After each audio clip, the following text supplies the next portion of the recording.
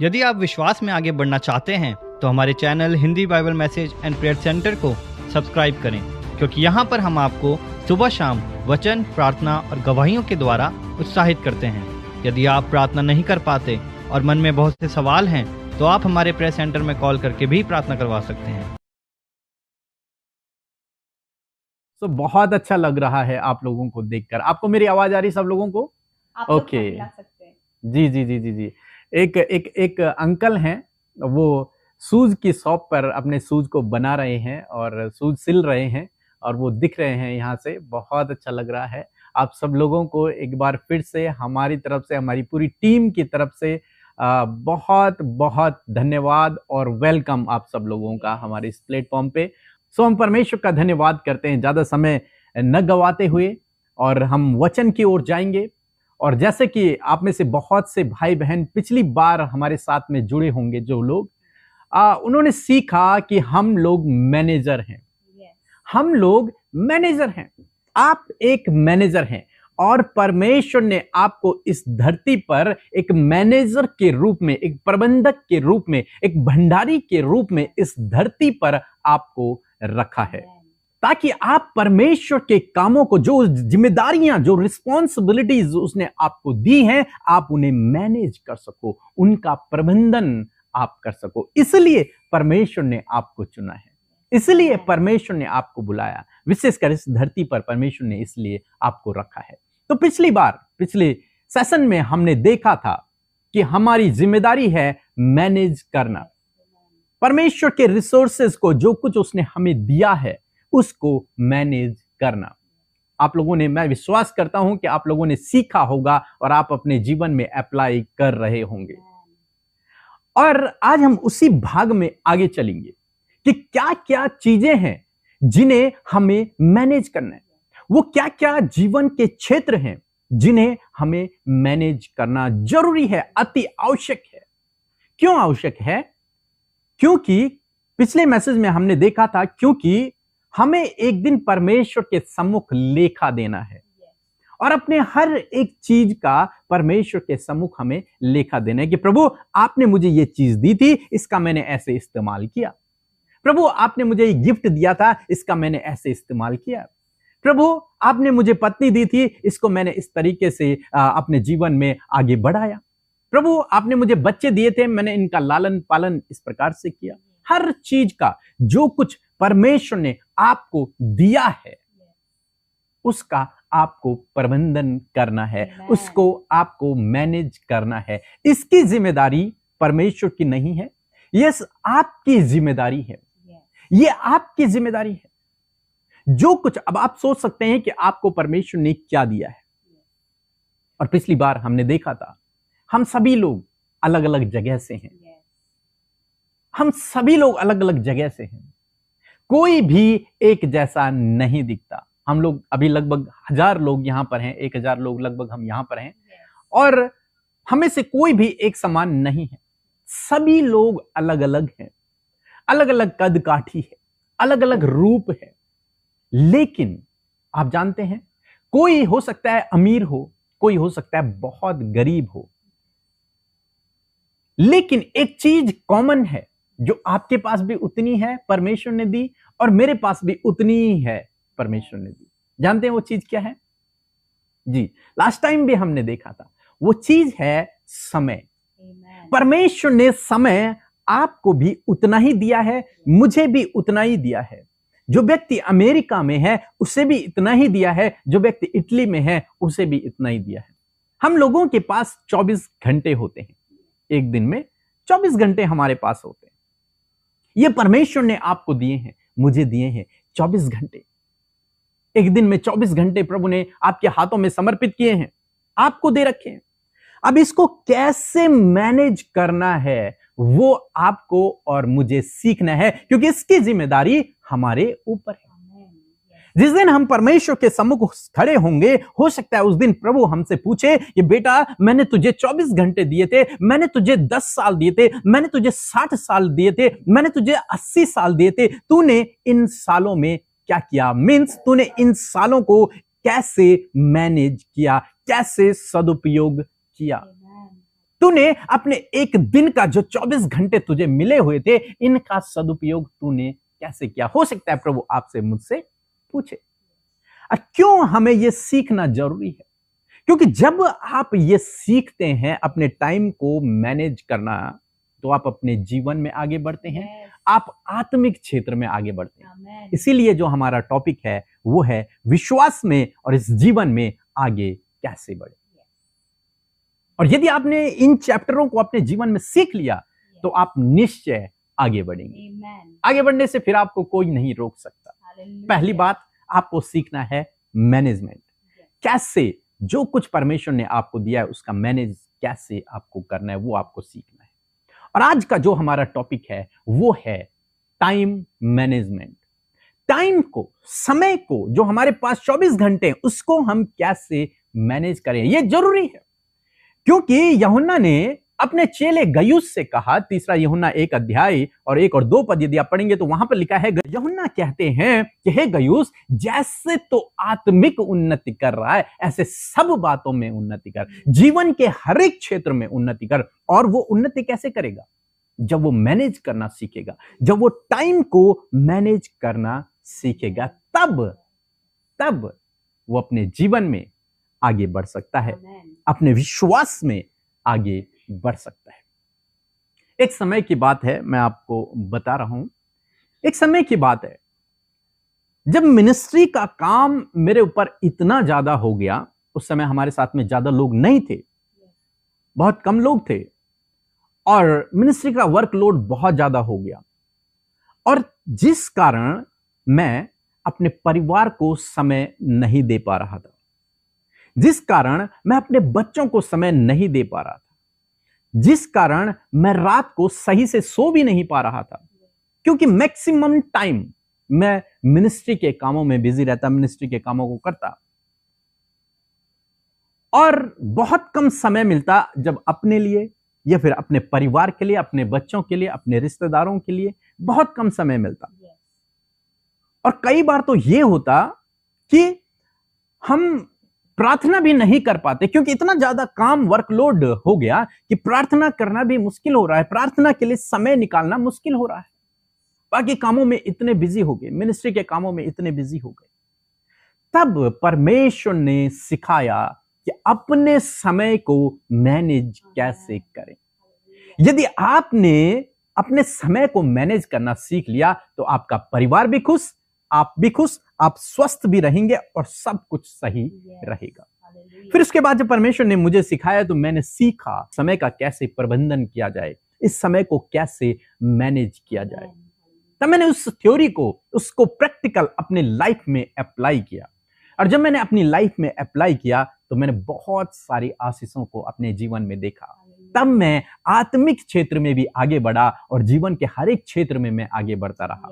पारिवारिक क्षेत्र में, हर एक क्षेत्र में हम आगे बढ़ते चले गए जब हमने सीखा कि समय को कैसे इस्तेमाल करना है, समय का कैसे सदुपयोग करना है। और मैं उम्मीद करता हूं कि आज आप भी सीखेंगे कि अपने समय का कैसे सदुपयोग करना है। ये पहला स्टेप होगा, हमारा पहला स्टेप होगा। पहली क्लास तो हमारी मैनेजमेंट की थी, लेकिन ये पहला स्टेप है समय को मैनेज करने का। परमेश्वर ने हमें 24 घंटे दिए हैं, और कई बार बहुत सारे भाई बहन इस समय को खो देते हैं। खोना समझ रहे हैं आप? अभी आप पास्ट में वापस नहीं जा सकते, आप अपने बचपन में वापस नहीं जा सकते। आप बड़े हो चुके हैं, आप फिर से बचपन के दिनों में वापस नहीं जा सकते।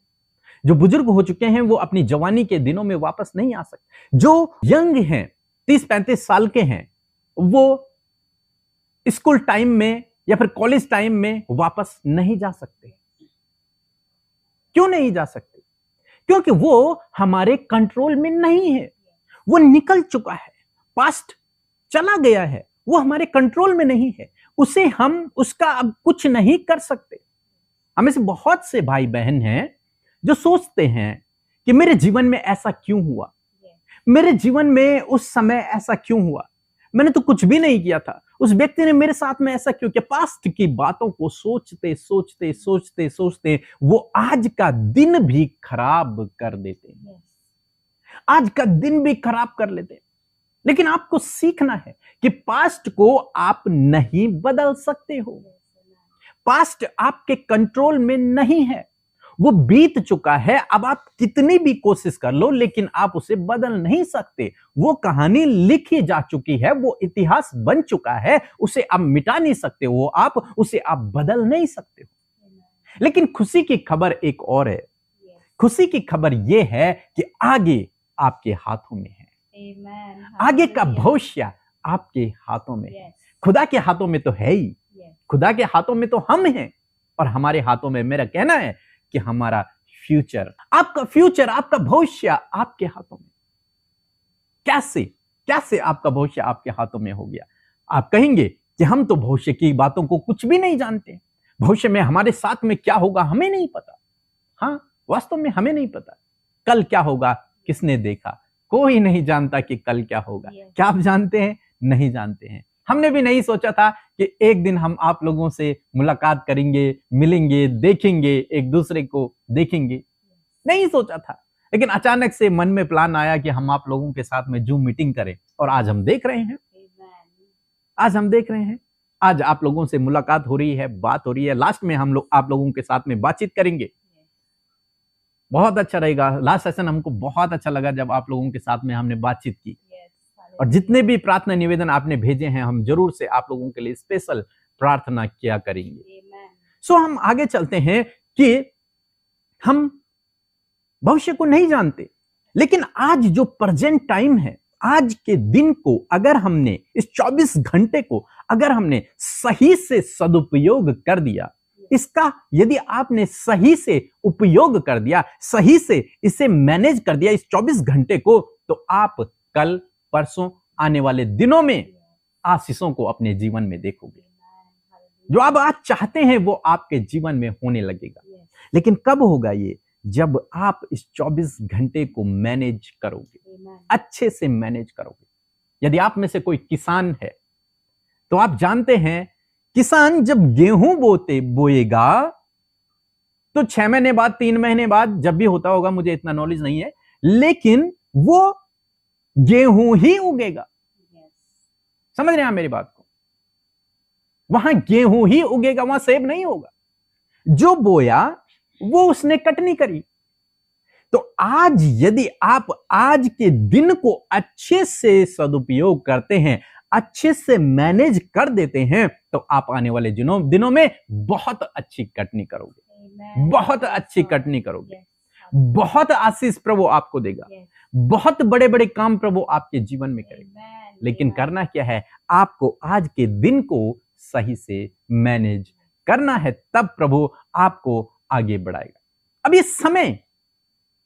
समय किसने बनाया? इस समय को बनाया है किसने बनाया? आप बताइए, किसने बनाया समय को? परमेश्वर जी, यस, परमेश्वर ने बनाया। और बहुत सारे भाई बहन अपने परिवार के साथ में हैं, बच्चे भी हैं, हस्बैंड वाइफ दोनों बैठे हुए हैं। तो बहुत अच्छा लग रहा है आप लोगों को देख के।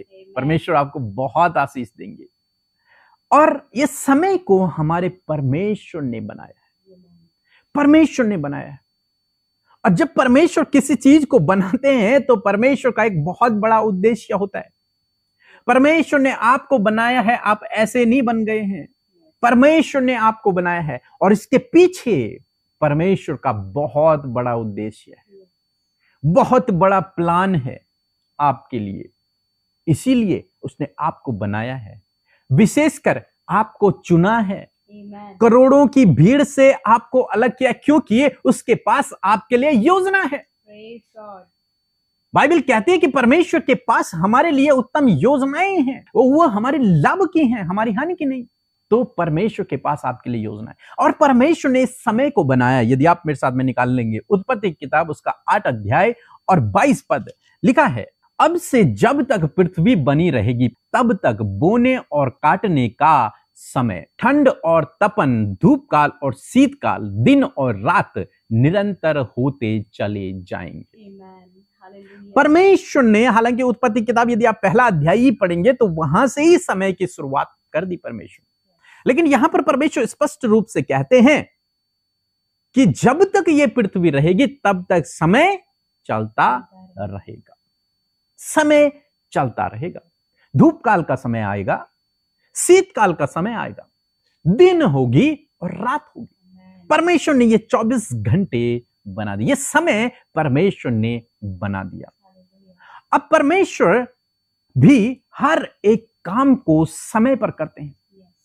परमेश्वर, हालांकि समय के कंट्रोल में परमेश्वर नहीं है, आप और मैं समय के कंट्रोल में हैं, लेकिन परमेश्वर समय के कंट्रोल में नहीं है। उसने तो समय को बनाया है आपके और मेरे लिए, लेकिन परमेश्वर भी सही समय पर काम करने वाला परमेश्वर है। और आज मैं आपसे कहूंगा कि परमेश्वर आपके जीवन में भी सही समय में काम करेगा।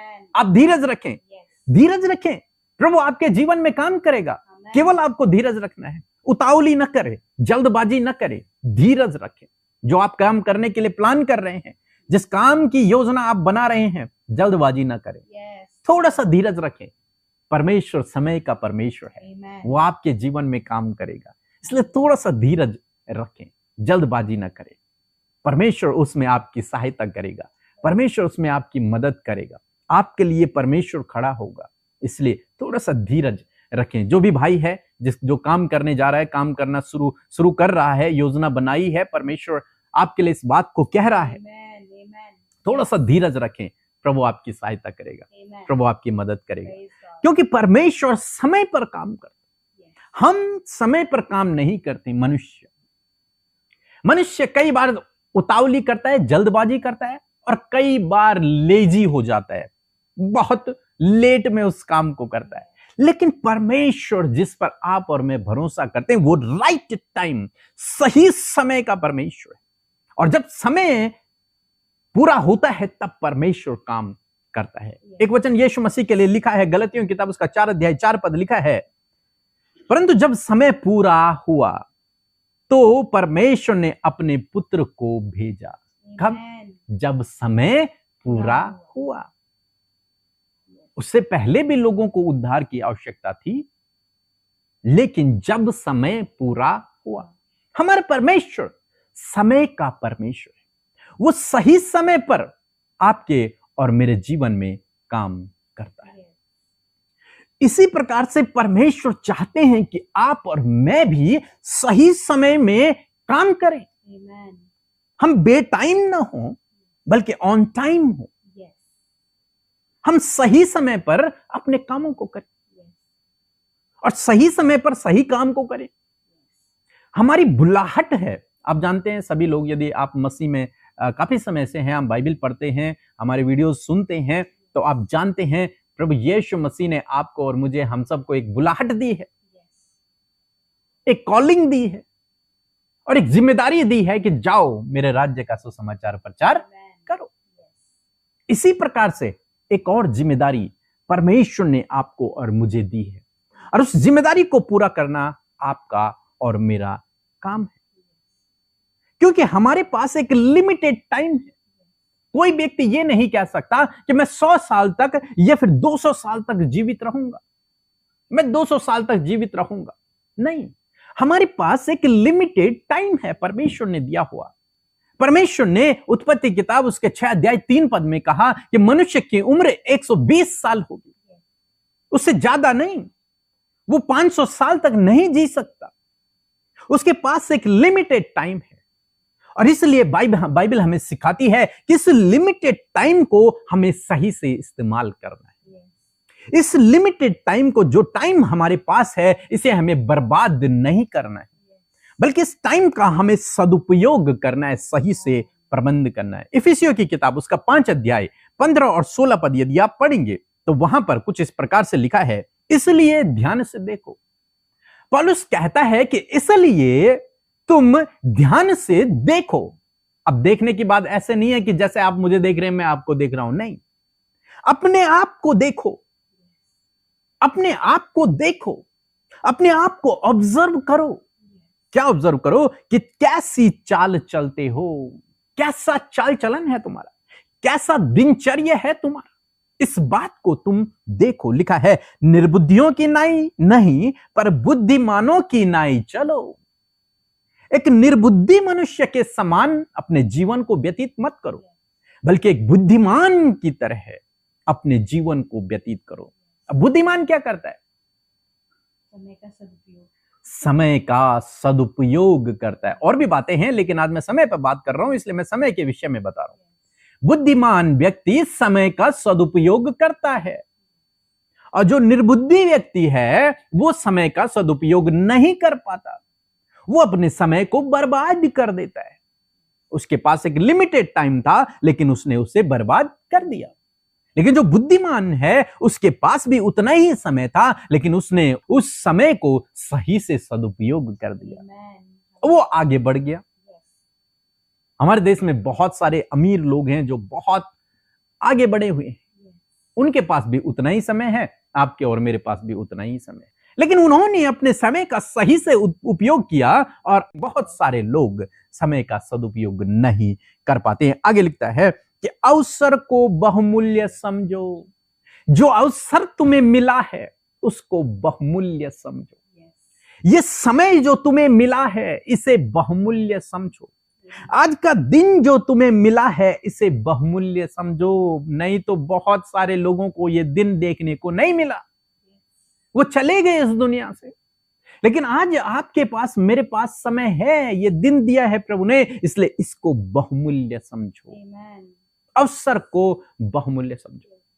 आगे हम बात करेंगे पौलुस किस विषय में यहां पर बातचीत कर रहा है। लिखा है, क्योंकि दिन बुरे हैं, दिन बुरे हैं, इस कारण निर्बुद्धि न हो, पर ध्यान से समझो कि प्रभु की क्या इच्छा है। इसलिए ध्यान से समझो इस बात को कि प्रभु तुमसे क्या चाहता है। ये मत सोचो कि मेरे पास 100 साल है, मैं कल कर लूंगा, कल कर लूंगा, परसों कर लूंगा, प्रभु के नाम का प्रचार मैं परसों कर लूंगा, प्रभु के बारे में मैं परसों बता लूंगा, आज तो मैं सो जाता हूं, आज का दिन मैं यूं ही व्यतीत कर देता हूं, कल देख लेंगे, कल जॉब कर लूंगा, परसों चला जाऊंगा। नहीं, बाइबल कह रही है कि ध्यान से समझो कि प्रभु की क्या इच्छा है। प्रभु की इच्छा आपके लिए क्या है? एक ये भी प्रभु की इच्छा है कि आप अपने समय का सही से सदुपयोग करें। लिखा है, अवसर को बहुमूल्य समझो। पौलुस कह रहा है, जब भी तुम्हें अवसर मिले तुरंत से सुसमाचार बांट दो। जब भी तुम्हें अवसर मिले उस समय भलाई के कामों को कर दो। जब भी तुम्हें अवसर मिले प्रभु के राज्य की बढ़ोतरी के लिए काम करो। अवसर को बहुमूल्य समझो, और परमेश्वर ने आपको 24 घंटे दिए हैं, इस अवसर को आपको बहुमूल्य समझना है, इस समय को आपको बहुमूल्य समझना है। और क्या होगा यदि आप इस समय को बहुमूल्य नहीं समझेंगे? अगर आप समय को बहुमूल्य नहीं समझेंगे तो क्या होगा? मैंने आपको पहले ही अपनी कहानी बताई कि समय हमें मैनेज करना होता है। कुछ समय अपने परिवार को देना है, कुछ समय अपनी जॉब को देना है, कुछ समय अपने आप को देना है, कुछ समय अपने काम को देना है। अलग अलग परमेश्वर ने हमें बुद्धि, ज्ञान, बुद्धि, समझ दी है, उस हिसाब से हम अपने समय को मैनेज करें। यदि आप नहीं करते हैं तो क्या होगा? मैंने कहा था कि मैं अपने परिवार के साथ में समय व्यतीत नहीं कर पा रहा था। तो मैं सोचता हूं कि यदि आप अपने समय को सही से प्रबंध नहीं करेंगे, सही से मैनेज नहीं करेंगे, तो आप और आपके परिवार के बीच में लड़ाई झगड़े पैदा हो जाएंगे। आप यदि सारा टाइम अपने जॉब में ही रहेंगे तो आपकी पत्नी, आपके बच्चे आपसे नाराज हो जाएंगे, और क्या होगा? लड़ाई झगड़े उत्पन्न होंगे। यदि पत्नी काम कर रही है तो यदि वो 24 घंटे बाहर ही हैं तो उनके बच्चे उनसे नाराज हो जाएंगे, या फिर वो बिगड़ जाएंगे, या फिर वो कुछ गलत आदतों में पड़ जाएंगे। क्यों? क्योंकि आपने परिवार को समय नहीं दे पाए, आप उस समय को सही से मैनेज नहीं कर पाए। और तब आप कहेंगे, मैं तो बहुत बिजी था। यस, आप बिजी थे, मैं मानता हूं इस बात को, आप बिजी थे, मैं भी बिजी था। लेकिन इस बिजीनेस के चक्कर में कहीं ऐसा ना हो कि आप अपने परिवार को खो दो। इस बिजीनेस के चक्कर में कहीं ऐसा ना हो कि आपके बच्चे गलत रास्ते पर चले जाएं। कहीं ऐसा ना हो कि रिश्तों में दरार आ जाए। कहीं ऐसा ना हो कि रॉन्ग रिलेशन में आप लोग पड़ जाएं, गलत रिश्तों में आप लोग पड़ जाएं।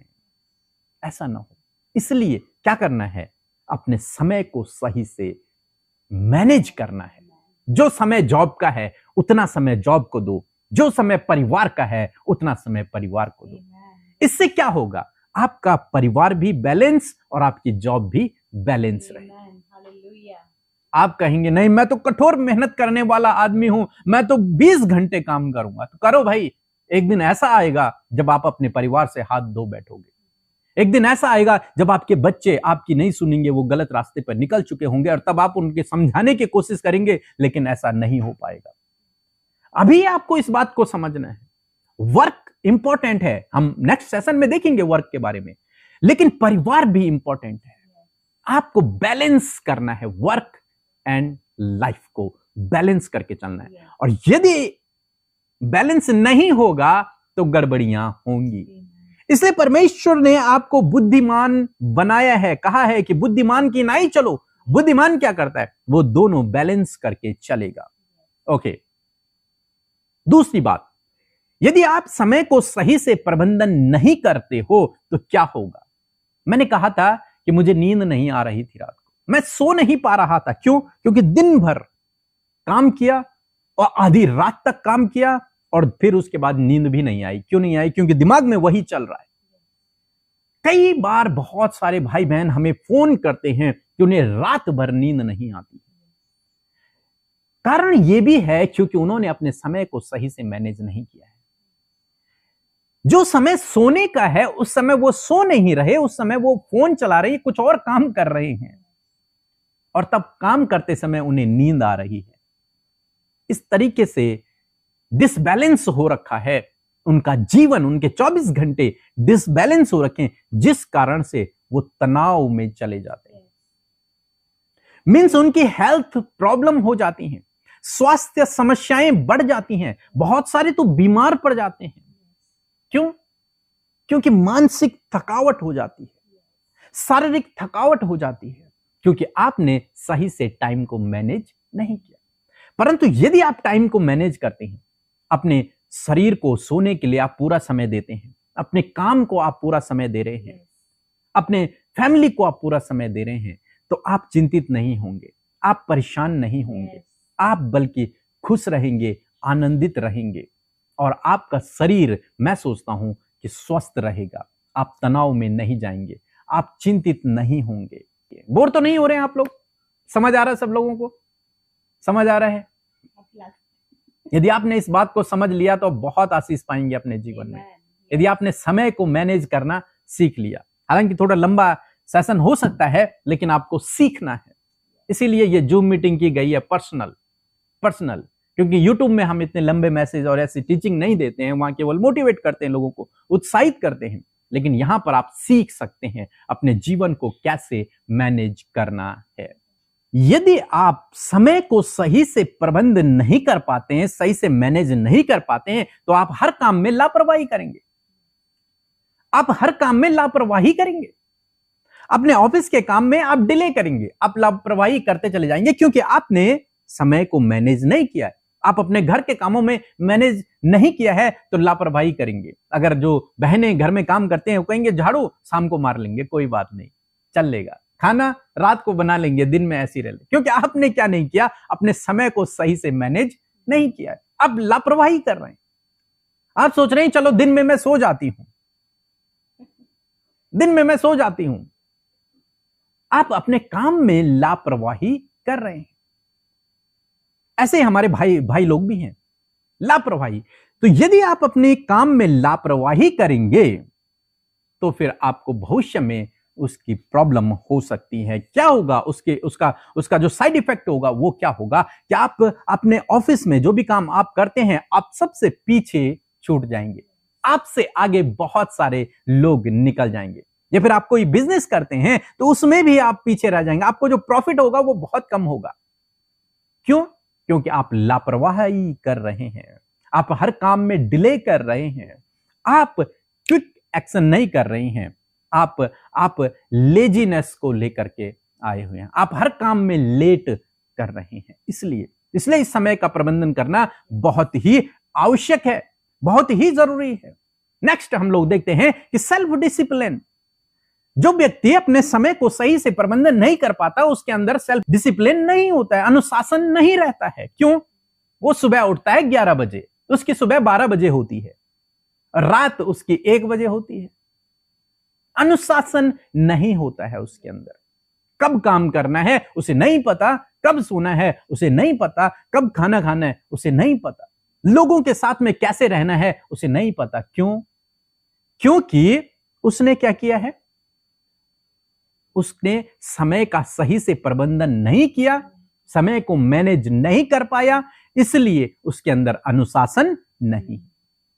दूसरा, वो आगे सफल नहीं हो पाएगा। बहुत मुश्किल है सफल होना। क्यों?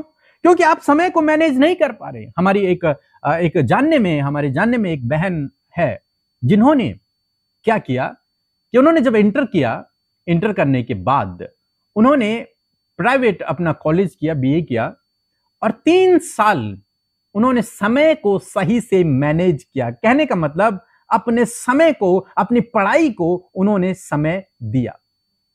कॉलेज उनका प्राइवेट चलता रहा और उन्होंने यहां सरकारी नौकरी की तैयारी करना शुरू कर दिया। इन 3 सालों में उन्होंने और कुछ नहीं किया बल्कि केवल और केवल पढ़ाई की। इन 3 सालों में उन्होंने कोई फॉर्म भी नहीं भरा, गवर्नमेंट का कोई फॉर्म नहीं भरा।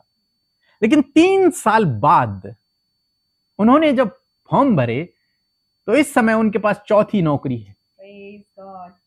ज्यादा महीनों की बात नहीं कर रहा हूं, मात्र 6 महीने में 4 सरकारी नौकरियां और अच्छी अच्छी पोस्टों पर अधिकारी पद ऐसे उस बहन ने हासिल किए। क्यों? कैसे कर दिया इसने? केवल समय का सही प्रबंधन। यदि उसने समय का सही सदुपयोग नहीं किया होता तो वो भी आज खाली बैठी होती, उसके पास भी जॉब नहीं होती, वो भी शादी करती और घर में फिर झाड़ू पोछा और रोटियां बनाती। लेकिन नहीं, क्या किया? समय का सही से इस्तेमाल किया। उसे पढ़ने का शौक था तो उसने उस टैलेंट को, उस गिफ्ट को जो परमेश्वर ने उसे दिया था, उसे इस्तेमाल किया। और उसने 3 साल दिए अपने आप को, और चौथे साल बहुत बड़ी बड़ी पोस्टों पे वो निकली और अभी वो बहुत अच्छी पोस्ट में है।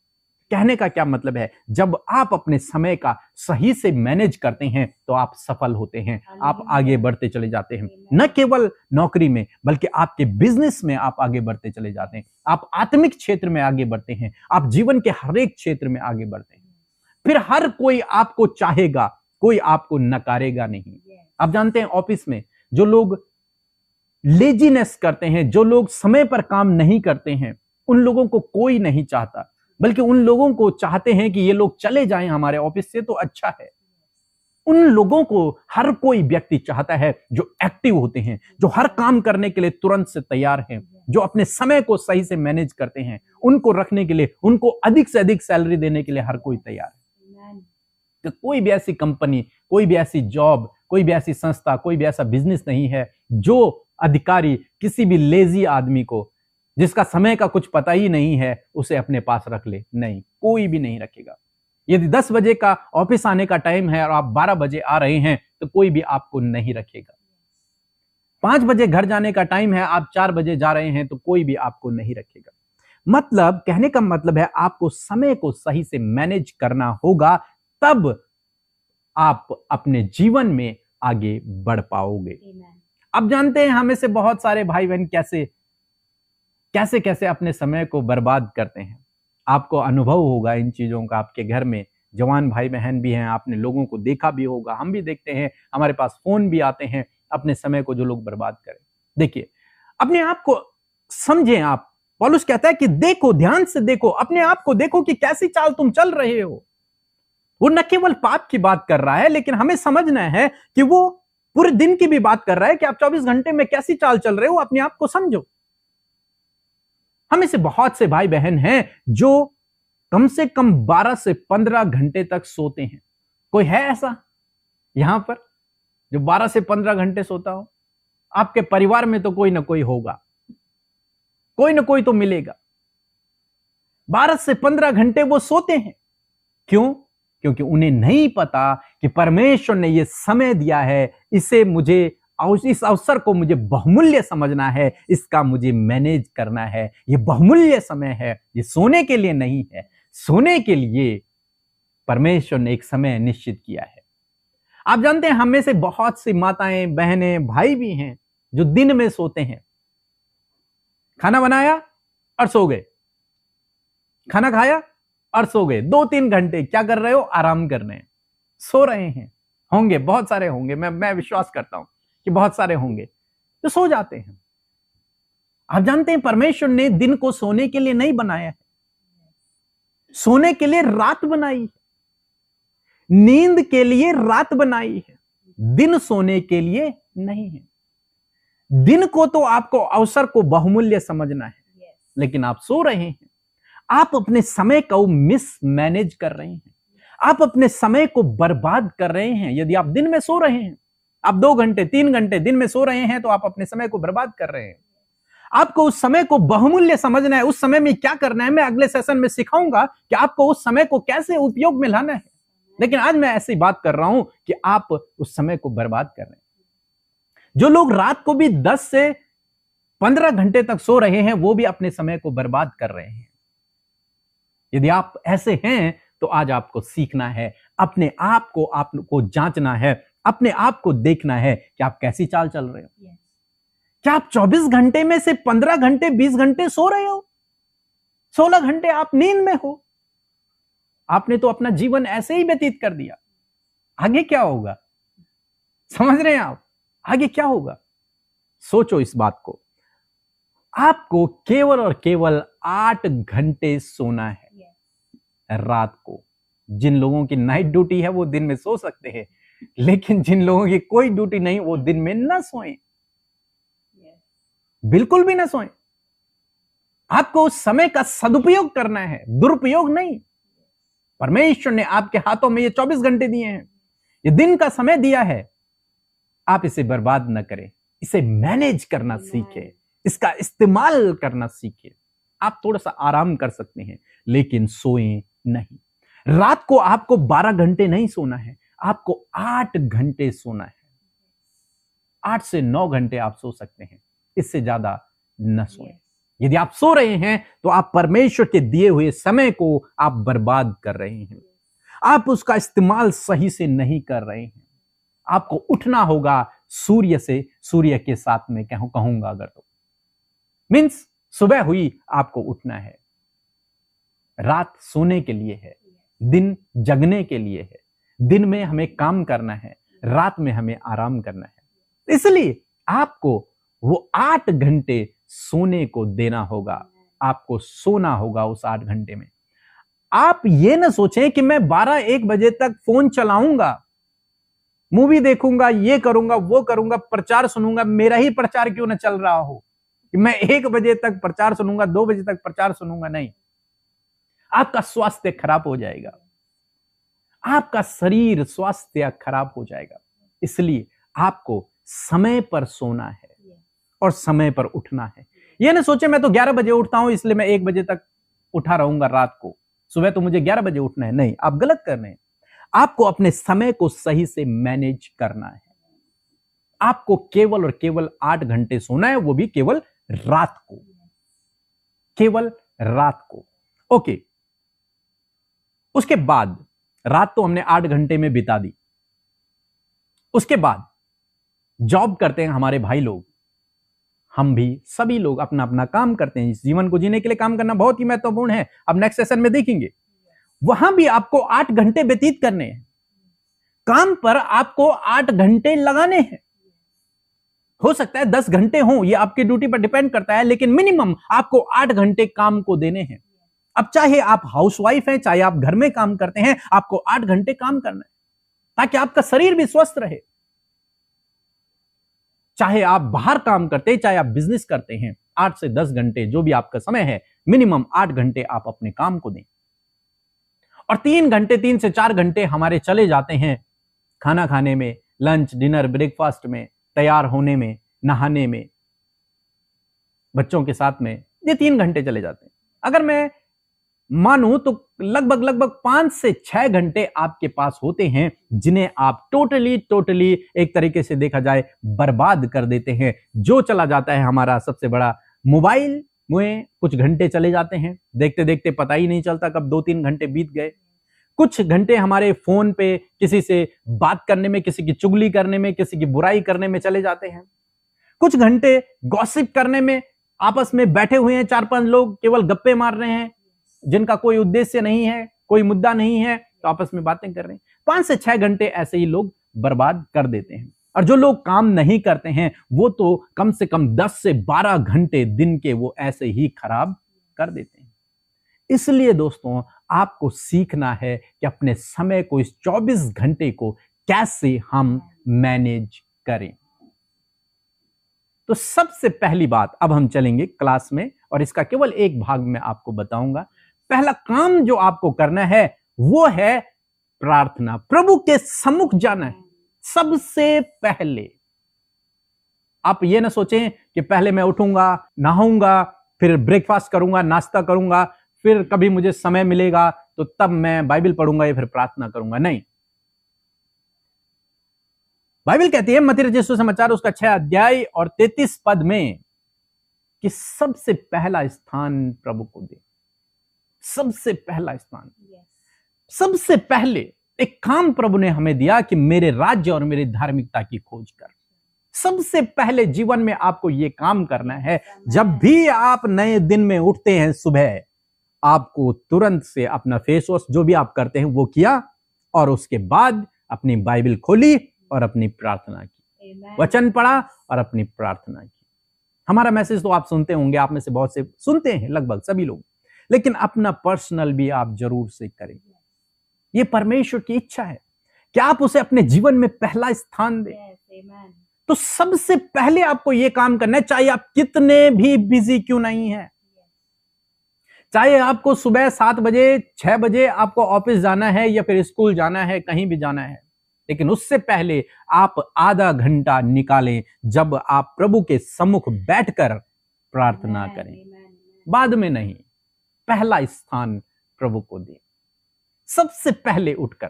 क्यों मैं ये सब कह रहा हूं, क्यों मैं कह रहा हूं कि सबसे पहले उठकर? यदि आप यीशु मसीह के विषय में पढ़ेंगे तो यीशु मसीह के विषय में लिखा है, यदि मेरे साथ में एक पद निकाल लेंगे, मरकुस रचित सुसमाचार उसका 1 अध्याय 35 पद लिखा है कि और भोर को दिन निकलने से बहुत पहले वह उठकर निकला और एक जंगली स्थान में गया और वहां प्रार्थना करने लगा। सबसे पहले यीशु मसीह अपने जीवन में एक काम किया करते थे, वो प्रार्थना किया करते थे। सबसे पहले एकांत में जाना है और प्रार्थना करना, यहां से आपके दिन की शुरुआत होनी चाहिए। जब मैं विश्वास में नया आया और मैं सीख रहा था मिनिस्ट्री में आगे बढ़ना, कैसे हम सब चीजों को सीख रहे थे, उस समय एक भाई से मेरी मुलाकात हुई और उन्होंने मुझे बताया कि मैं जब तक प्रभु से बात न कर लूं तब तक मैं नाश्ता नहीं खाऊंगा, ब्रेकफास्ट नहीं करता हूं जब तक कि मैं अपने परमेश्वर से बात न कर लूं। मीन्स जब तक मैं सुबह बाइबल न पढ़ लूं, प्रार्थना न कर लूं, मैं नाश्ता नहीं करूंगा। ये मेरे जीवन का रूल है, चाहे मैं कहीं भी रहूं, कितना भी बिजी हूं, लेकिन सबसे पहले उठ के मुझे प्रार्थना करना है और वचन पढ़ना है। उस दिन से मैंने इसे अपने जीवन में अप्लाई किया।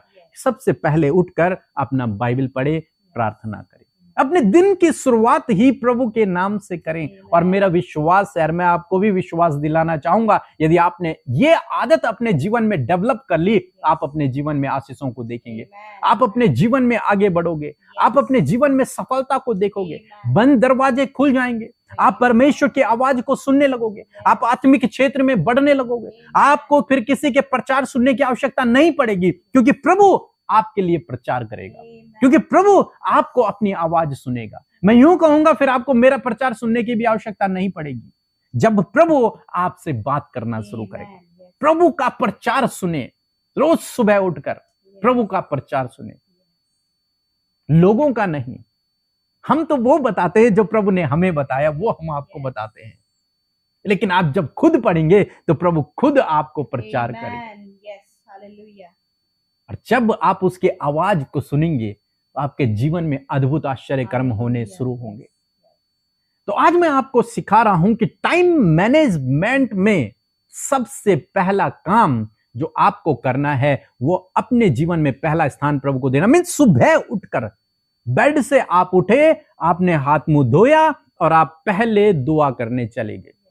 आपके बच्चे उठे ना उठे, आपकी पत्नी आपका पति उठे ना उठे, वो प्रार्थना करे ना करे, लेकिन आपको सबसे पहले जाना है और प्रार्थना करना है, वचन को पढ़ना है। निश्चय जब आप ऐसा करेंगे, आप प्रभु के प्रचार को सुनेंगे, प्रभु की आवाज को सुनेंगे, और आप जानते हैं उसमें बहुत सामर्थ्य है, बहुत पावर है प्रभु के वचनों में, और वो आपके जीवन में जब काम करेंगे तो अनएक्सपेक्टेड होगा, अनएक्सपेक्टेड। फिर आपको ये बोलने की जरूरत नहीं पड़ेगी, पास्टर जी मेरे लिए प्रार्थना कीजिए। अरे खुद पवित्र आत्मा आपके लिए प्रार्थना करेगा, खुद पवित्र आत्मा आपके लिए प्रार्थना करेगा।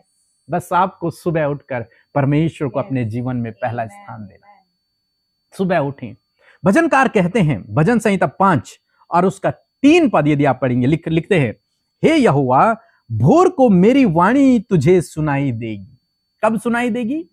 भोर को, सुबह सुबह मेरे शब्द हे परमेश्वर तुझे सुनाई देंगे। दिन में नहीं, दिन में नहीं बोल रहा हूं, वो बोल रहा प्रभु सुबह सुबह, मॉर्निंग में, भोर में मेरे शब्द तुझे सुनाई देंगे। आगे लिखता है, मैं भोर को प्रार्थना करके तेरी बाट जोऊंगा। सुबह सुबह प्रभु मैं अपने कानों को तेरी ओर लगाऊंगा, तू मुझसे बातचीत करना, तू अपने शब्दों को मेरे कानों में डालना।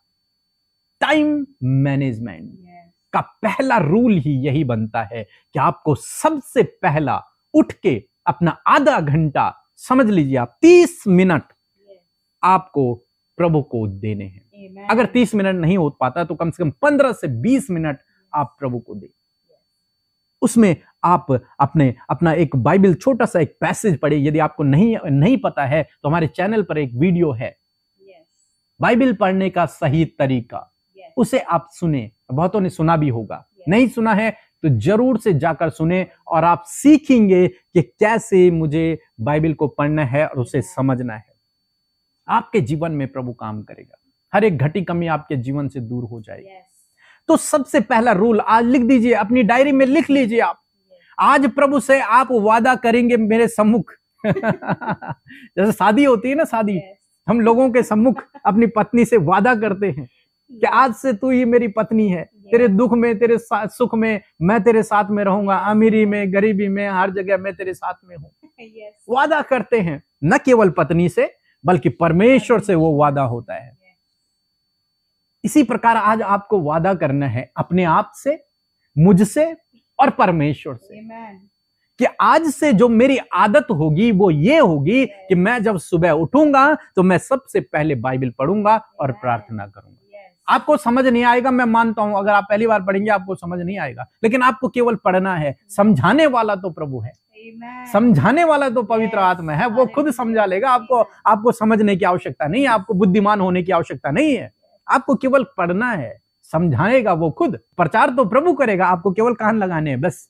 आप कितने भी बिजी हैं, आप बिजी का मुझे मत देना कि भाई मैं तो बहुत बिजी हूं, नहीं। मैंने इसीलिए टाइम मैनेजमेंट आपको सिखाया है कि उस बिजी टाइम में आपको प्रभु के लिए समय निकालना है। सुबह सुबह उठकर पहले प्रार्थना, वचन आपको खुद स्वयं का, मेरा तो करना ही है, मेरा भी सुन लीजिए हमारा भी सुने, लेकिन आपको खुद, मैं खुद मोटिवेट कर रहा हूं आपको कि आपको खुद का भी पढ़ना है।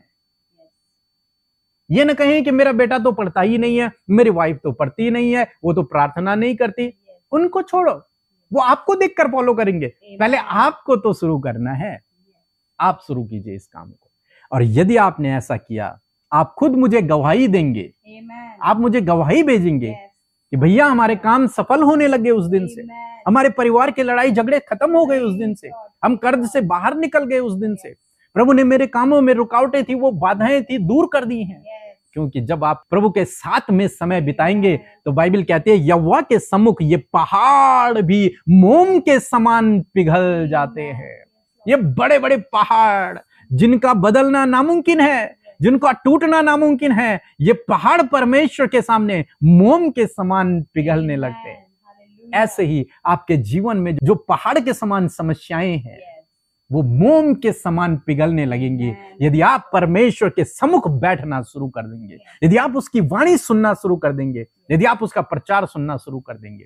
प्रभु आपके जीवन में काम करेगा। तो मैनेजमेंट का, ये टाइम मैनेजमेंट का पहला अध्याय कहूं, ये पहला पॉइंट कहूं, मैंने आपको सिखा दिया है। ये आपको करना अपने जीवन में बहुत ही आवश्यक है। रोज मॉर्निंग में उठें, बच्चे को नाश्ता बनाने से पहले अपनी बाइबल को पढ़ ले, ऑफिस जाने से पहले अपनी बाइबल को पढ़ ले। अगर बहुत ज्यादा इमरजेंसी काम है सुबह सुबह, तब उस काम को पहले कर ले, फिर बाइबल को पढ़ ले, लेकिन जरूर से आप बाइबल को पढ़ें और प्रार्थना को करें। मैं ये नहीं कह रहा हूं आप 4 घंटे व्यतीत करो उसमें, नहीं, आप 15 से 20 मिनट व्यतीत करो, आप आधा घंटा व्यतीत करो, लेकिन प्रभु आपके जीवन में काम करेंगे। सो मैं आशा करता हूं, उम्मीद करता हूं कि आपने इस वचन के द्वारा बहुत आशीष पाई होगी। क्योंकि मैंने भी स्वयं इस वचन से बहुत आशीष पाई है, मैंने अपने जीवन में अप्लाई किया है, और जब से जीवन में अप्लाई किया, प्रभु ने मुझे बहुत आशीष दी है, बहुत आगे बढ़ाया है। इसलिए अपने समय का सही से इस्तेमाल करो और सबसे पहले खुदा को स्थान दो। उसके बाद क्या करना है फिर मैं आपको नेक्स्ट सेशन में सिखाऊंगा। सो प्रभु आपको आशीष दे। जय मसीह की। आइए हम छोटी सी प्रार्थना करेंगे, उसके बाद मैडम आप लोगों के लिए प्रार्थना करेगी। एक छोटी सी प्रार्थना हम लोग करें। यदि आप किसी भी बीमारी में हैं, किसी भी समस्या में हैं, कोई भी रुकावट, कोई भी बाधा आपके जीवन में, कुछ भी आप अपने जीवन में स्ट्रगल कर रहे हैं, प्रभु कहता है जैसा तेरा विश्वास वैसे तेरे लिए होगा। अपने हाथों को बढ़ाएं हमारे हाथों की ओर, और प्रभु आपके जीवन में काम करेगा। प्रभु यीशु मसीह, धन्यवाद करते हैं प्रभु इस भाई इस बहन के लिए, इनकी जो समस्या है, जो प्रॉब्लम है, जो बीमारी है, यीशु नासरी के नाम से अभी और इसी वक्त इनके जीवन से, इनके परिवार से, इनके शरीरों से निकल जाए इन जीसस नेम। वो पहाड़ जैसी समस्याएं मोम के समान तेरी उपस्थिति में पिघल जाएं इन जीसस नेम। हर प्रकार की बीमारी जाती रहे, हर प्रकार की समस्या, हर प्रकार की रुकावटें, बाधाएं इनके जीवन से चली जाए इन जीसस नेम। प्रभु जो वचन इनके हृदयों में बोया गया है, प्रभु पिता इनके हृदयों में वो फलवंत हो। जिस भाई जिस बहन ने तेरे सम्मुख ये वादा किया है कि वो जीवन में तुझे पहला स्थान देगा, सुबह उठकर सबसे पहले वो तेरे सम्मुख जाएगा, तेरी वाणी को सुनेगा, होने पाए पवित्र आत्मा आप उस भाई की मदद करना, आप उस बहन की मदद करना कि वो अपने वादे पर मरते दम तक कायम रह सके। प्रभु मरते दम तक प्रभु उस वादे पर कायम रहे कि रोज सुबह तेरी तरह प्रभु यीशु मसीह अपने जीवन में वो पहला स्थान तुझे दे सके। धन्यवाद करते हैं प्यारे यीशु मसीह, हम आपका हृदय से धन्यवाद करते हैं। धन्यवाद परमेश्वर, इस समय आप हमारे मध्य उपस्थित हैं। धन्यवाद आपके वचन के लिए प्रभु। आप अपने वचन के द्वारा प्रभु अपने लोगों को प्रभु इंस्ट्रक्शन देते हैं, समझाते हैं प्रभु, और आप उन्हें मोटिवेट करते हैं कि वचन के अनुसार वो चल सके प्रभु। और मैं धन्यवाद करती हूँ, ये तेरी प्रजा है जिनसे तू प्यार करता है, और इन्होंने आज निर्णय किया है कि तेरे वचन के अनुसार प्रभु जी जो उन्होंने सुना है वो चलने की कोशिश करेंगे। पिता परमेश्वर, होली स्पिरिट आप सहायक हैं, आप इनकी सहायता करें।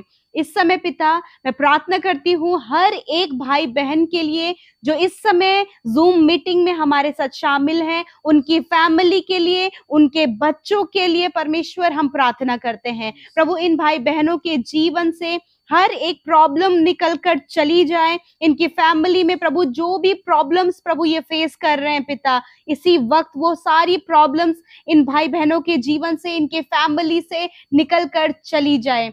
Thank you father. मैं प्रार्थना करती हूँ प्रभु जी इनके बच्चों के लाइफ में जो प्रॉब्लम है वो इसी वक्त चली जाए प्रभु यीशु के नाम से। लड़ाई झगड़े प्रभु यीशु के नाम से निकलकर चले जाएं, आपसी मनमुटाव यीशु के नाम से निकलकर चले जाएं। प्रभु यीशु, यदि इनके फैमिली में कोई भी जन एडिक्शन में है, बुरी बुरी लतों में है, शराब की बुरी लतों में है पिता, कोई भी ऐसा एडिक्शन है जो उनके लाइफ को स्पॉइल कर रहा है, प्रभु यीशु मैं अपने हाथों को बढ़ाती हूँ, इन परिवारों में प्रभु ये सारी बातें निकल कर चली जाएं पिता। तेरा वचन कहता है मांगो तुम्हें दिया जाएगा। प्रभु हम इन परिवारों के लिए, इन बच्चों के लिए, नौजवानों के लिए प्रभु, हर एक वो व्यक्ति जो एडिक्शन में है, गलत कामों में है, रॉन्ग रिलेशनशिप में है, यीशु के नाम से बाहर निकल जाओ, हम आज्ञा देते हैं। प्रभु इनके परिवारों में शांति, आराम, विश्राम, मेल मिलाप, प्रेम, बढ़ोतरी, सफलता प्रभु इनके परिवारों में आए पिता। इनके बच्चे ऐसे नजर आए प्रभु कि मानो कि तेरी संतान की नाई परमेश्वर पिता। प्रभु इनके बच्चे प्रभु जी प्रभु सफल होने पाए पिता परमेश्वर। मैं प्रार्थना करती हूँ हर एक भाई हर एक बहन के लिए प्रभु जी, इस समय प्रभु जी इनकी फैमिली से हर प्रकार की नकारात्मक सोच निकल कर चली जाए। पॉजिटिविटी इनकी फैमिली में, फैमिली के एक एक जन के अंदर पॉजिटिविटी आए और वो पॉजिटिविटी तेरे वचन के द्वारा आने पाए पिता परमेश्वर। Thank you father. मैं प्रार्थना करती हूँ जितने भी बहनें इस समय पिता परमेश्वर प्रभु जी बैठी हैं प्रभु, वो अपने शारीरिक रूप से दुर्बल हैं प्रभु, यीशु के नाम से शारीरिक दुर्बलताएं बहनों के शरीर से निकल कर चली जाए प्रभु। जिन बहनों को प्रभु जो बेबी कंसीव नहीं कर पा रही हैं, इसी वक्त हम ब्लेस करते हैं in the name of Jesus. तेरा वचन कहता है कि गर्भ का प्रतिफल यहोवा की ओर से है। आज आप ग्रहण करें, अपने पेट पर हाथ रखें। यदि आप चाहते हैं, आप कंसीव करना चाहते हैं, अपने पेट पर हाथ रखें। प्रभु यीशु मसीह कंसीविंग पावर को बढ़ाएं पिता परमेश्वर। मिसकैरेज होना बंद हो यीशु नासरी के नाम से। फादर मैं धन्यवाद करती हूँ, आपकी बेटियों ने इसे रिसीव किया है father Lord. Thank you father. मैं प्रार्थना करती हूँ प्रभु, आज जितने लोग कर्जे में हैं प्रभु यीशु मसीह, वो उन बातों को आपके आगे रख रहे हैं प्रभु। जब उनके ऊपर लोन है, उनके ऊपर कर्जे हैं, फाइनेंशियल बहुत सारे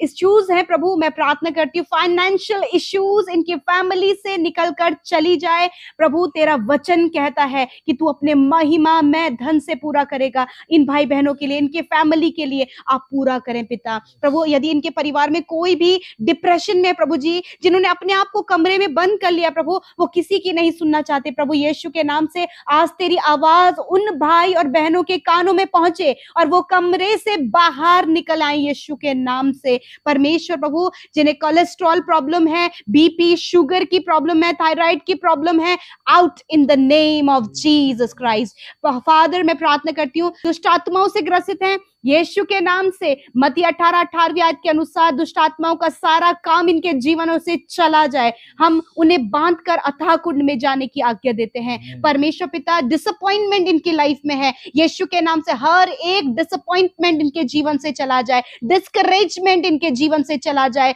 प्रभु। जो बातें इन्हें पीछे खींचती हैं प्रभु, पास्ट की बातों को इन्हें प्रभु भुलाने में आप इनकी सहायता करें। आज प्रेजेंट को अच्छा करने में इनकी सहायता करें प्रभु। जो बच्चे प्रभु जी प्रभु किसी भी बात में, किसी भी क्षेत्र में वीक हैं, बॉडी में पिता परमेश्वर, पढ़ाई में प्रभु, बुद्धि में पिता, सुनने में, बोलने में, देखने में, आज उन बच्चों पर प्रभु तेरे सामर्थ्य हाथ को रख पिता। इसी वक्त वो बच्चे मेंटली, फिजिकली, स्पिरिचुअली हील होने पाए और परमेश्वर वो बच्चे आगे बढ़े पिता। यदि इनके बच्चे प्रभु जी गलत रास्तों में हैं प्रभु यीशु के नाम से उनका रास्ता प्रभु आप बन जाएं, क्योंकि आपका वचन कहता है मार्ग, सत्य और जीवन मैं हूं प्रभु। उन बच्चों के लिए आपके रास्ते को हम चुनाव करते हैं यीशु नासरी के नाम से प्रभु। मैं प्रार्थना करती हूँ जब आपके बेटे बेटियों ने सीखा टाइम मैनेजमेंट, मैं आपसे प्रार्थना करती हूँ ये भाई बहन प्रभु अपने जीवन के हर एक क्षेत्र में प्रभु जी समय को पिता परमेश्वर प्रभु जी मैनेज कर सके पिता परमेश्वर। फादर मैं प्रार्थना करती हूँ पिता,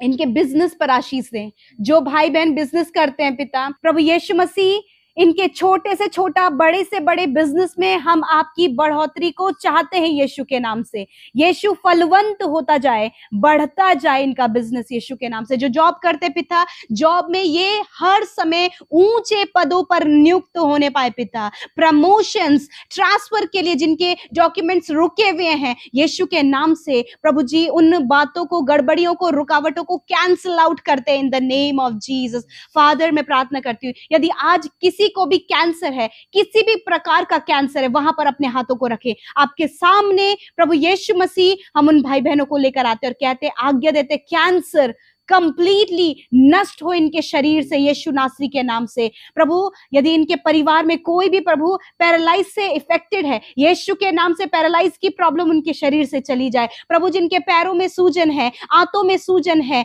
प्रभु यीशु के नाम से प्रभु जी वो प्रॉब्लम चली जाए प्रभु जी। जिनके ब्रेस्ट में फैटी टिश्यू है यीशु के नाम से हम आज्ञा देते हैं इसी वक्त वो टिश्यू डिसॉल्व होने पाए। जिनके सेल्स डिसऑर्डर हैं यीशु के नाम से सेल्स ऑर्डर हो जाए in the name of Jesus. Hormones disbalance है, हार्मोन्स बैलेंस हो यीशु नासरी के नाम से। प्रभु धन्यवाद करते हैं, सर के बालों से लेकर पैर के नाखूनों तक प्रभु तेरे बेटे बेटियों के शरीर में जो भी दुर्बलता है इसी वक्त आज्ञा देती हूँ, जाओ इनके शरीर को छोड़कर निकल जाओ यीशु नासरी के नाम से। प्रभु जिन्हें धुंधला दिखता है प्रभु आंखों से, इसी वक्त वो अपनी आंखों पर हाथ रखे, यीशु नासरी के नाम से इनकी आंखों को स्पर्श करते हैं यीशु के नाम से। प्रभु धुंधलापन प्रभु यीशु के नाम से निकल कर चला जाए। प्रभु इनके विजन को क्लियर करें, प्रभु इनके कानों को भी खोलें, प्रभु जो कम सुनते हैं वो अपने कानों पर हाथ रखें प्रभु यीशु के नाम से। बहरापन प्रभु यीशु के नाम से निकल कर चला जाए प्रभु। थैंक यू फादर, दोनों कानों में बहरापन निकल कर चला जाए यीशु के नाम से। फादर मैं प्रार्थना करती हूँ जिनके मुंह में छाले हैं, मुंह में कोई भी प्रॉब्लम है, अपने मुंह पर हाथ रखे प्रभु यीशु। धन्यवाद करते हैं कि आपने इनके मुंह को स्पर्श किया और मुंह के हर एक प्रॉब्लम को प्रभु जी, इनके दांतों में, इनके गम्स में, इनकी टंग में प्रभु जी जो भी प्रॉब्लम है इसी वक्त निकल कर चली जाए प्रभु। जिनके शरीर में सफेद दाग है यीशु नासरी के नाम से आज्ञा देते हैं, निकल जाओ यीशु नासरी के नाम से। फादर मैं प्रार्थना करती हूँ, मैं नहीं जानती प्रभु इस समय क्या रोग लेकर ये बैठे हैं, परंतु धन्यवाद तेरा वचन कहता है कि मैंने आप तुम्हारी दुर्बलता को ले लिया और बीमारियों को उठा लिया। आपने इस भाई की, इन बच्चों की, बुजुर्गों की हर एक बीमारी को अपने ऊपर ले लिया प्रभु। घुटनों का दर्द, कमर का दर्द, स्पाइनल कॉर्ड में प्रॉब्लम इसी वक्त चली जाए यीशु के नाम से प्रभु। थैंक यू, आपने इन्हें चंगा किया। मैं प्रार्थना करती हूँ प्रभु जिन परिवारों में परमेश्वर पिता प्रभु जी कम्युनिकेशन गैप है, बातचीत नहीं हो पाती है, मैं प्रार्थना करती हूँ उन कम्युनिकेशन गैप को दूर करे पिता परमेश्वर। प्रभु जिनका बिजनेस प्रभु बहुत ही छोटे लेवल पर है, आज उनके ऊंचे लेवल पर उनका बिजनेस जाए परमेश्वर पिता। प्यारे प्रभु जो खेती और किसानी करते हैं प्रभु, जिनके खेत खलियान हैं, उनकी फसल पर तेरी आशीष चाहते हैं, इनके घर के पशुओं पर तेरी आशीष चाहते हैं पिता। तेरे लोग तेरे सम्मुख हैं प्रभु। थैंक यू फादर, धन्यवाद धन्यवाद प्रभु। आपने छोटे बच्चे से लेकर बड़े बुजुर्ग तक हर एक जन को आशीष दी और प्रभु आपके लोग ब्लेस हुए। मैं धन्यवाद करती हूँ, वो चंगे हुए, उन्हें छुटकारा पाया, उन्होंने बरकत पाई प्रभु जी, कमाई पर बरकत पाई परमेश्वर। मैं धन्यवाद करती हूँ। थैंक यू फादर, धन्यवाद। इस प्रार्थना को हम आपके सम्मुख रखते हैं प्रभु। जितने भी भाई बहन आज हमारे साथ जूम मीटिंग में जुड़े हैं प्रभु, उन्हें, उनके परिवारों को, उनके जानने वालों को पिता हम तेरे नाम से ब्लेस करते हैं पिता परमेश्वर। थैंक यू फादर प्रभु, इन्हें आपके राज्य के लिए इस्तेमाल करें प्रभु। धन्यवाद करते हैं, यीशु के नाम से प्रार्थना मांगते हैं। आमीन आमीन और आमीन। मिलकर कहें आमीन।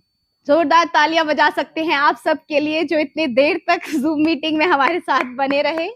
Praise the Lord brothers sisters, छोटे बच्चों को प्रेज द लॉर्ड, जो बड़े बुजुर्ग हैं उन्हें हाथ जोड़कर हम प्रेज द लॉर्ड करते हैं, आपका आदर करते हैं। जितने भी बुजुर्ग लोग हमारे बीच में, हम उनका आदर करते हैं। Praise the Lord. जय मसीह की, जय मसीह की। माइक मैंने ऊपर लगा रखा है।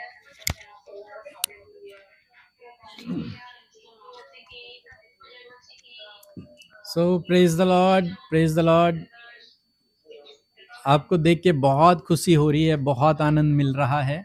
आप लोग इतनी देर तक हमारे साथ में रहे, इसलिए हम आपका बहुत धन्यवाद करते हैं। और मैं आशा करता हूँ, उम्मीद करता हूँ कि आपने इस मीटिंग के द्वारा बहुत आशीष पाई होगी। सो सबको जय मसीह की। हम आप लोगों के लिए प्रार्थना करेंगे। आपके कमेंट्स हमें मिल रहे हैं देखने को, तो इसलिए हमने स्क्रीनशॉट ले ली हैं और हम आप लोगों के लिए फिर प्रार्थना करेंगे। आपके नाम, आपकी फोटो, आपका कमेंट सब हमारे पास आ गया है। हम आपके लिए कंटिन्यू प्रार्थना करेंगे और आप लोग भी जरूर से हमारे लिए प्रार्थना करें ताकि प्रभु का काम दिन प्रतिदिन आगे बढ़ता चला जाए और परमेश्वर का राज्य पूरी दुनिया में आए। सो आप लोग जरूर से इस विषय के लिए प्रार्थना करें। और मैं आपसे कहूंगा कि हमारे 2 भजन अभी आए थे, आप लोगों में से बहुतों ने सुना होगा। एक का नाम है राज्य और एक भजन का नाम है छुटकारा। तो इन दोनों भजनों को आप सर्च कर सकते हैं, सुन सकते हैं। इनके द्वारा प्रभु आपको बहुत आशीष देंगे। So thank you. बहुत सारी हमारी बुजुर्ग आंटी लोग हैं, वो इतनी देर तक बैठे हैं, वचन सुन रहे हैं। बहुत सारे छोटी भाई बहन हैं। सो हम आप सब लोगों का बहुत धन्यवाद करते हैं। जय मसीह की। Praise the Lord, praise the Lord, praise the Lord. Praise the Lord. जय मसीह की, जय मसीह की। जय मसीह की। जी बहुत जल्द मुलाकात करेंगे, हम लोग मुलाकात करेंगे, कहीं मीटिंग अरेंज करेंगे, हम लोग आप लोगों को इनवाइट करेंगे। जितने भी लोग जूम में हैं, हम आप सभी लोगों को इनवाइट करेंगे। प्रार्थना कीजिए इस विषय के लिए। आज की जूम मीटिंग में हम सब बहुत उत्साहित हुए। हाथ खड़ा करके बता सकते हैं उत्साहित हुए हैं? हालेलुया, बहुत ही ज्यादा उत्साहित हुए। Praise the Lord, thank you so much. अब हम सब मिलेंगे नेक्स्ट जूम मीटिंग में सैटरडे को। फिर परिवार हम आप सबके साथ में मिलेंगे और आप आशा करते हैं कि आप लोग भी हमारे लिए प्रार्थना करें और प्रार्थना करते रहें कि हम बहुत जल्दी सब लोग मिलें। इस मीटिंग को हम यहीं पे समाप्त करेंगे। मन तो नहीं कर रहा है बट क्या करें। टाइम मैनेजमेंट में हमने आज सीखा है। Time is very important. आप सबको जय मसीह की। Bye bye.